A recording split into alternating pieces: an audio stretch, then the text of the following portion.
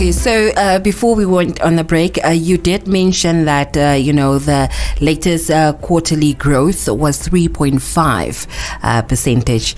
And when we talk about percentage compared to not compared, but rather the base effect, and then you use the example to make it more clear for us to understand. And I specifically did understand it more when you went into the dollars, because that is what we work with every day as individuals as well. Yes, so that's it a was very important point. We don't work in percentages. No, we don't. We work in the dollar and cent. Yes. We work in nominal values. Your salary is calculated in nominal values. Yes. Your increment is calculated in percentage, but that can also be misleading. So we ended the previous part of our discussion on the values. Yeah. Let's just quickly recap. Let's bring everybody back into the loop again. Okay. The official growth rate for the second quarter of this year is 3.5%. The official growth rate for the second quarter of last year was 5.7%. Big difference between 5.7% and 3.5%. And the reaction that we got in the media and amongst people that are not professional economists was the economy is stalling. The growth rate is coming down. But, and this is the big but, it is not. The growth rate is actually going faster. But because the base became higher after last year's good growth, it means that as a percentage it looks smaller, but it is not. And that, to be able to determine that, you need to look at the nominal values.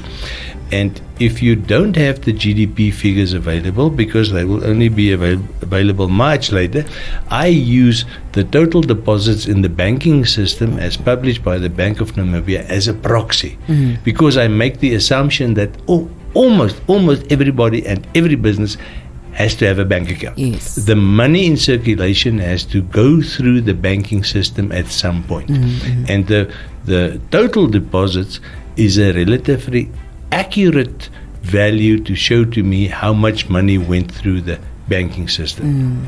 So I added, and it's a very simple calculation. You just go look at the figures that the banks themselves post, and you add the 3 months for the second quarter, and you get to 521 billion this year, and you add the 3 months for the second quarter of last year, and you get to 480 billion, and you will see there's a 41 billion difference between the two. So here is now the nice thing. The increase in the nominal increase in money in circulation, or money in the system, or money that went through the bank is 8.55%.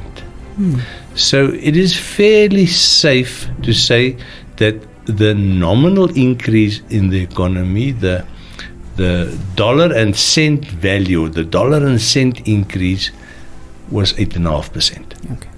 And now you can immediately see, but there's a vast difference between 8.5%, the nominal growth, and 3.5%.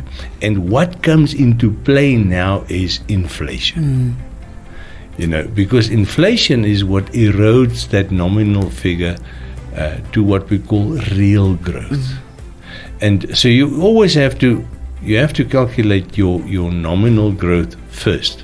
And then you have to have a fairly accurate indication of what your inflation is. And then there are a few methodologies that you can follow, which is fairly technical, but you get eventually to a figure which the statistics agency always publish as the real growth, meaning the nominal growth minus inflation. So what is your dollar worth more in real terms? And this is what they meant when they said the economy grew by 3.5%. But they don't tell you that the actual money in the system, in the economy, is 8.5% more than what it was. So what it means is that the economy is growing at a very respectable rate. And as inflation is coming down, as we have seen, and as interest rates are reduced, you will see that nominal growth will probably remain in the region of about 8.5%. But the inflationary effect will be less.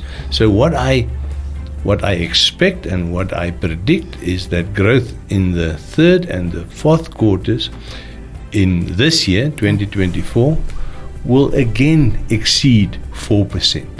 Okay. So do you get the picture? Yeah. Nominal growth is going to stay there at about 8.5%. Why? Because it's structured into the economy. The inflation will come down, the interest rate will come down. So you will see that part, that effect by which nominal growth is reduced, that gets smaller and smaller and smaller. Yeah. So you get bigger and bigger real growth. It'll still be less than last year's figures because of the base effect, but it will be much more if you go and calculate it in nominal terms. Okay. All right, that was a mouthful, but of course we did understand it. It was very clear. Thank you for that, Mr. Daniel Steinman. And we're ending it with a good note that inflation will come down. And, because that is a virus that we have been praying for to just to disappear, but of course it won't disappear, but at least it is going down, and something that we can look forward to in the next when year. You and I talked about the cost of living crisis, we were not exaggerating. And that has not gone away completely. It has eased, but it is still very difficult. We are still suffering from the effects of inflation that started at the end of 2022. Yes.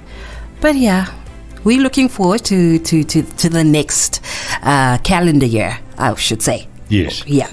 Okay, on that note, we unfortunately have to say goodbye to you. But of course, we will be back again next week, same time, same place. So keep it locked to the Power Station, Energy 100.